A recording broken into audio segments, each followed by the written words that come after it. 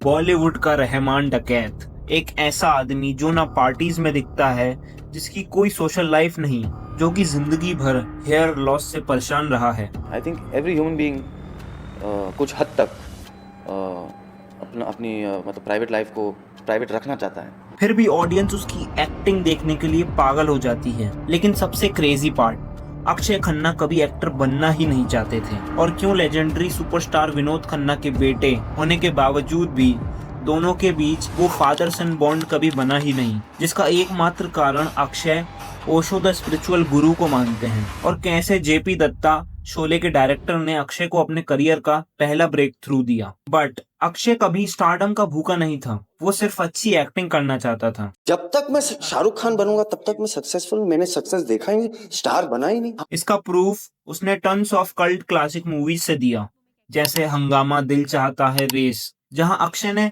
हर बार lead actor को overshadow किया है। लेकिन 20s में अचानक से अक्षय इंडस्ट्री से गायब हो गए। बट फिर अक्षय ने इतना स्ट्रॉन्ग कमबैक किया जिससे वो ना चाहते हुए भी सुपरस्टार बन गए।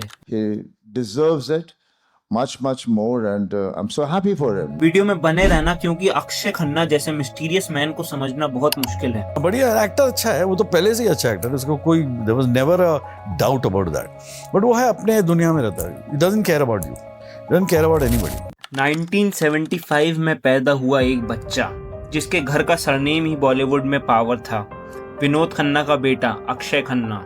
लेकिन स्टार किड होने के बावजूद उसकी चाइल्डहुड बिल्कुल नॉर्मल नहीं थी। अक्षय ने इंटरव्यूज में बताया है कि जब वो सिर्फ 5 साल के थे, विनोद खन्ना फैमिली से अलग हो गए थे और अक्षय को बिना प्रॉपर फादर फिगर के ग्रो करना पड़ा। बाद में पेरेंट्स का डिवोर्स और विनोद की सेकंड मैरिज ने उनके रिलेशनशिप को और कॉम्प्लिकेटेड कर दिया। फिर 18 की एज में स्टडीज के बाद वेकेशन पर घर आए अक्षय की मुलाकात हुई जेपी दत्ता से। जेपी दत्ता ने उन्हें लॉन्च करने का डिसाइड किया। जेपी दत्ता साहब आते थे, वो अपने पिताजी के घर पे आए थे खाने पे। तो मैं उस वक्त बॉर्डिंग स्कूल में था और मेरी उम्र कुछ 18 साल की थी। तो उन्होंने मुझे कहा, वो कोने में बैठे थे, उन्होंने कहा मैं एक पिक्चर बना रहा हूँ बॉर्डर, तू काम करना चाहेगा? एक ऐसा है मेरे पास एक रोल। लेकिन ट्विस्ट ये था, अक्षय खुद एक्टर बनना ही नहीं चाहता था। इवेंचुअली एक्टिंग में इंटरेस्ट आया और हिमालय पुत्र से डेब्यू हुआ। फिल्म फ्लॉप हुई। फिर बॉर्डर ने उन्हें रिकॉग्नाइजेशन दी, Filmfare male debut award मिला। लेकिन सनी देओल और सुनील शेट्टी जैसे स्टार्स के बीच अक्षय की स्टार पावर अभी भी लिमिटेड थी, और इसका रीजन सिर्फ अक्षय का नेचर नहीं था। उन्होंने अपने फादर की सुपरस्टार लाइफ को बहुत करीब से देखा था। कॉन्स्टेंट लाइमलाइट, जीरो प्राइवेसी और पर्सनल लाइफ की कॉम्प्लिकेशंस। इसलिए अक्षय को स्टार बनना ही नहीं था। वो चाहते थे ऑडियंस उन्हें उनके रोल्स के लिए याद रखें, उनकी सेलिब्रिटी इमेज के लिए नहीं। लेकिन आयरनी देखिए, जिस स्टारडम से अक्षय भाग रहे थे 2000s में, वही स्टारडम उनका पीछा कर रहा था। Akshay Khanna is the right person to go to Hollywood, क्योंकि उसकी परफॉर्मेंसेस जो होती है माइंड ब्लोइंग। बॉर्डर के बाद लेट 90s में अक्षय ने मोहब्बत, टोली सजा के रखना, कुदरत, अब लौट चलें और लावारिस जैसी फिल्म्स की। लेकिन इनमें से कोई भी उन्हें एक कंसिस्टेंट मेन स्ट्रीम हीरो नहीं बना पाई। फिर आई ताल। ये वो फिल्म थी जहां अक्षय ने फाइनली प्रूफ किया कि वो कमर्शियली भी ऑडियंस को पुल कर सकते हैं। और सबसे इंटरेस्टिंग पार्ट, अनिल कपूर जैसे पावर हाउस परफॉर्मर के सामने भी अक्षय अपनी प्रेजेंस से स्टैंड आउट कर गए। लेकिन 2001 में अक्षय के करियर ने एक कम्प्लीटली डिफरेंट डायरेक्शन ले ली। फरहान अख्तर की दिल चाहता है, आमिर खान और सैफ अली खान के बीच अक्षय का कैरेक्टर कम्प्लीटली डिफरेंट था, और ऑडियंस ने उसे जेन्युइनली लव किया। उन्हें film fair best supporting actor मिला। लेकिन आयरनी देखिए, अक्षय की एक्टिंग फाइनली पीक पर थी, फिर भी वो मेन लीड सुपरस्टार नहीं बने। और फिर आया एयर 2002, हमराज और दीवानगी, दोनों कमर्शियली सक्सेसफुल मूवीज, और दोनों फिल्म्स में Akshay as a main lead hero नहीं थे। फिर भी स्क्रीन पर सबसे ज़्यादा डिस्कशन अक्षय का ही होने लगा। यहीं से उनकी सबसे बड़ी प्रॉब्लम सामने आई। वो कमर्शियली सेफ फिल्म्स की बजाय वो कैरेक्टर्स करते रहे जो उन्हें एक्टर के तौर पर एक्साइट करते थे। हाँ, मुझे सोलो हीरो की सक्सेस कम मिली है, लेकिन कम मिली है। हाँ। पर आप ऐसे बोल रहे हैं जैसे कि आपके कहने का मतलब ये है कि जब तक आप आमिर खान, शाहरुख खान या सलमान खान नहीं बन जाते, तब तक मैं आपको सक्सेसफुल मानने के लिए तैयार नहीं। ये बड़ी अजीब चीज है। और इनिशियली ये फॉर्मूला काम भी किया। हलचल और हंगामा से अक्षय ने अपनी कॉमिक टाइमिंग प्रूफ की। Action, thriller, romance, comedy, serious drama, Akshay almost हर जॉनर में घुस चुके थे। लेकिन बॉलीवुड में टैलेंट और कमर्शियल सक्सेस एक ही चीज नहीं है। जब उनकी एक्सपेरिमेंटल चॉइसेस बार बार बॉक्स ऑफिस पर फेल होने लगी, It's a very hard time when you're not getting material that you connect with. Producers का ट्रस्ट भी धीरे धीरे कम होने लगा।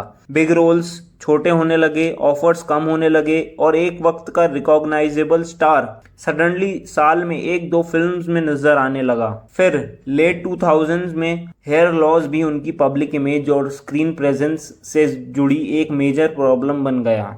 Because the way you look as an actor is very important. Right.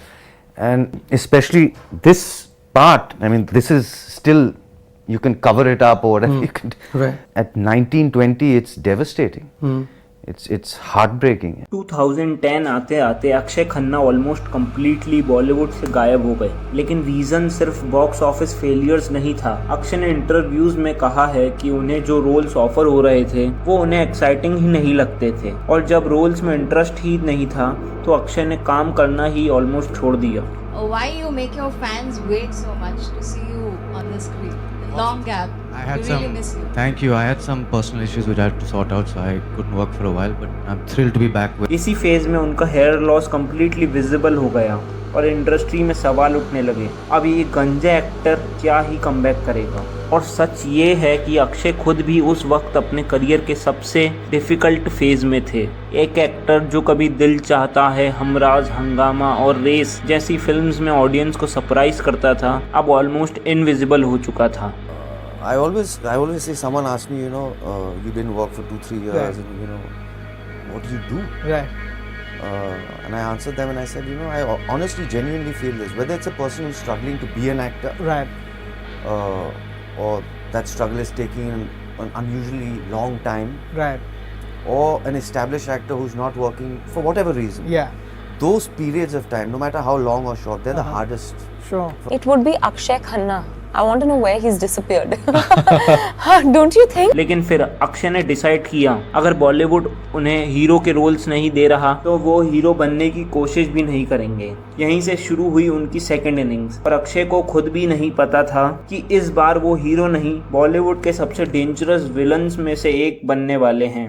Second innings में अक्षय ने मॉम, इत्तेफाक, section 375 और दृश्यम 2 जैसी फिल्म्स चूज की, और एक चीज सडनली क्लियर हो गई, अक्षय अब हीरो बनने नहीं, कैरेक्टर बनने आए थे। कभी पुलिस ऑफिसर, कभी लॉयर, उनकी स्क्रीन प्रेजेंस अब एक सीरियस, इंटेलिजेंट और अनप्रिडिक्टेबल मैन की बन चुकी थी। लेकिन यह वो कमबैक बिल्कुल नहीं था जिसका ऑडियंस वेट कर रही थी। एक्चुअली कमबैक इससे कहीं बड़ा था, क्योंकि अक्षय की मिस्ट्री सिर्फ उनके करियर तक लिमिटेड नहीं है। आज भी उनके फैंस का एक सवाल है, अक्षय खन्ना शादी क्यों नहीं करते? एक बार मजाक में उन्होंने कहा था कि वो तब शादी करेंगे जब सलमान खान करेगा। I said, now Salman will get married first. He's older than me.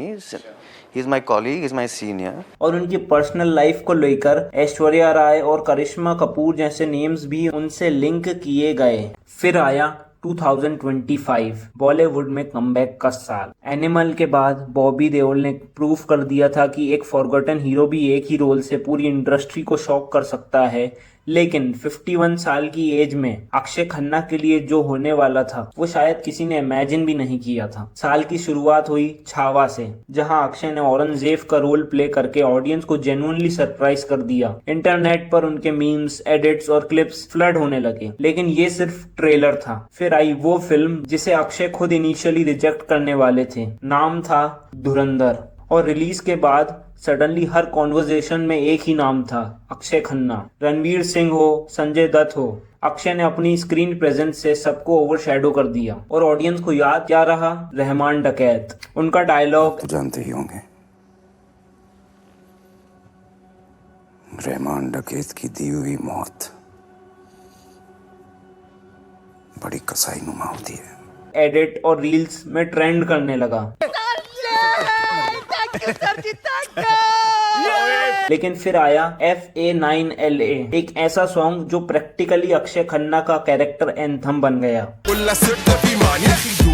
और पूरे इंडिया में ट्रेंड करने लगा। Akshay Khanna is a man of few words. तो अक्षय खन्ना है वो अपने में रहते हैं, तो मैं सडनली जिस एक्टर को बॉलीवुड ने ईयर्स तक इग्नोर किया था, उसके पास back to back movie offers आने लगे। लेकिन सबसे क्रेजी पार्ट, इतनी मैसिव सक्सेस के बाद भी अक्षय मीडिया के सामने नहीं आए, ना इंटरव्यूज, ना अननेसेसरी अपीयरेंसेस, ना सेलिब्रेशन। वो आज भी वही फिल्म्स चूज करते हैं जो उन्हें जेन्युइनली एक्साइट करें। और शायद इसी वजह से 51 की एज में सुपरस्टार बनने के बाद भी अक्षय खन्ना की नेक्स्ट मूव आज तक किसी को समझ नहीं आई। Person's name comes in your mind when you hear. No, I can't do these quick rapid fire questions. शायद इसीलिए फैंस आज भी अक्षय खन्ना को बॉलीवुड का मिस्टीरियस मैन कहते हैं, क्योंकि ऑनेस्टली जिस आदमी ने रोमांस, कॉमेडी, थ्रिलर, ड्रामा से लेकर विलन तक सब कुछ कर दिया, उसकी वर्सटैलिटी का कोई भरोसा नहीं। कल वो क्या कैरेक्टर चूज करेगा ऑडियंस प्रिडिक्ट ही नहीं कर सकती। अक्षय ने शायद बहुत पहले समझ लिया था स्टारडम आज है कल नहीं, लेकिन अपने काम को ऑनेस्टली करना हमेशा उनके हाथ में है। Well, as an actor, as a professional, I'm open to anything. Any character, any kind of film, as long as it excites me. और जो अक्षय कभी चाहता था कि ऑडियंस उसे स्टार पावर नहीं उसके कैरेक्टर के लिए याद रखे, आज वही रियलिटी बन चुकी थी। इसलिए जब अक्षय खन्ना सडनली थिएटर में एक नए रोल के साथ अपीयर होते हैं, ऑडियंस शॉक हो जाती है, because nobody knows what this mysterious man will do next. अगर आपको लगता है अक्षय का नेक्स्ट रोल फिर बॉलीवुड को शॉक करेगा, कमेंट में अपनी प्रेडिक्शन बताओ। And for more untold Bollywood stories subscribe करना मत भूलना। I'm not saying there are no regrets. Right. But then to complain. To complain Yeah. is to my mind not correct. Right.